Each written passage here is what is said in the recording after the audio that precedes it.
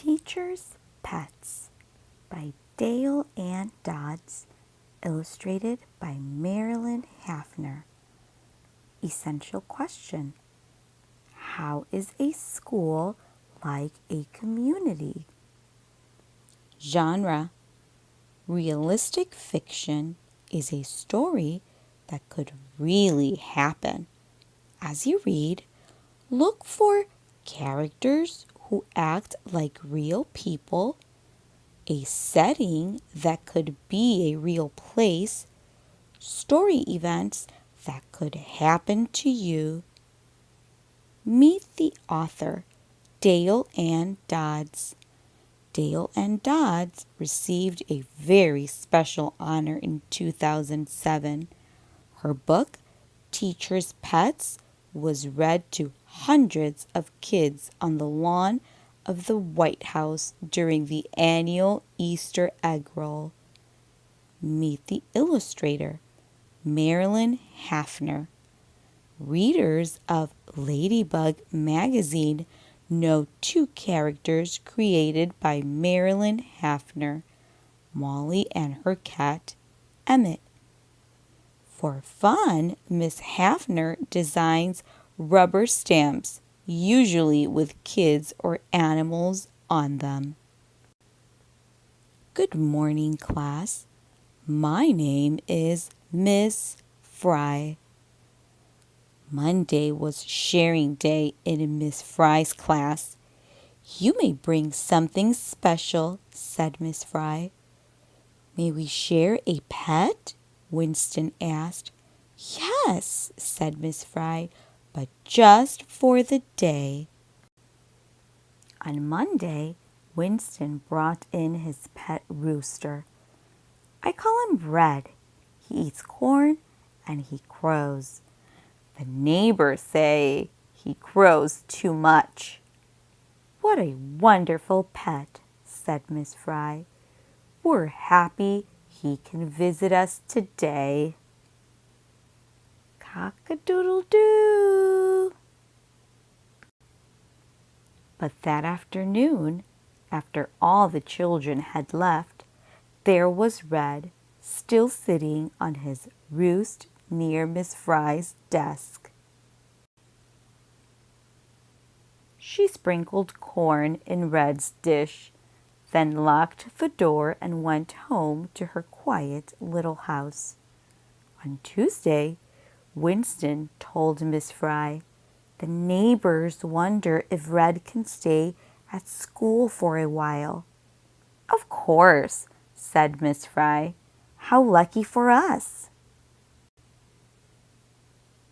The next Monday was Patrick's turn. My tarantula's name is Vincent. He likes to eat bugs and hide inside my mother's slippers. What a wonderful pet, said Miss Fry. Don't forget to take Vincent home with you at the end of the day. But that afternoon, after all the children had left, there was Vincent, still sitting on his jar on Miss Fry's desk. She gave Vincent a big juicy bug, sprinkled corn on Red's dish, then locked the door and went home to her quiet little house. On Tuesday, Patrick told Miss Fry, my mother says Vincent likes her slippers too much. We're wondering if he can stay at school for a few days.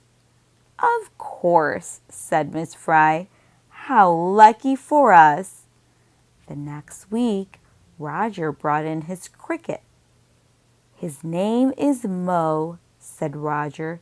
He eats leaves from the garden and sings chirp, chirp all night long.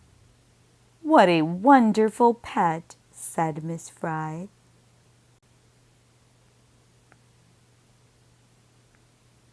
Analyze the text.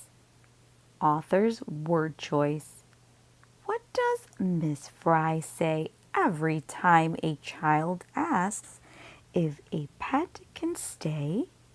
What does this tell you about Miss Fry? That afternoon, after all the children had left, Miss Fry noticed Mo sitting in his box on the table. Miss Fry looked at Mo. He almost seemed to smile. "Welcome to our class, Mo." Right before her eyes, he did a huge somersault. Up, up in the air. "Bravo!" said Miss Fry. She gave fresh green leaves to Mo and a big juicy bug to Vincent, sprinkled corn in Red's dish, then locked the door and went home to her quiet little house. The next day, Roger said to Miss Fry, "My mother says Mo chirps too much." "He's welcome to visit as long as he likes," said Miss Fry. And so it went. Aaliyah shared her pet goat named Gladys. It said "Bah!" and ate her sister's homework. Amanda shared her pet Dachshund. It liked to chew bones and the pillows on her Aunt Judy's new sofa. Jerry brought in his pet boa constrictor. It never made a sound. No one knew exactly what it liked to eat, but Jerry said his father's expensive tropical fish had suddenly disappeared one day. There was Megan's cat, Mitchell's mice, Daniel's ducks, and Tom's iguana, Frankie's frog, Lily's monkey, Terrence's turtle, and something square and fuzzy that Avery brought in. "It looks like a kitchen sponge," said Bruce. "A really old kitchen sponge." "It's my pet," said Avery, and that was that.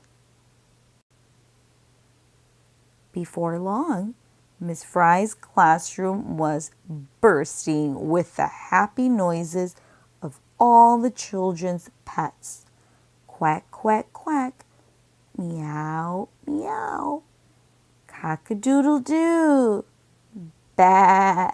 Squeak, squeak. Ribbit, ribbit. Chirp, chirp. Woof, woof.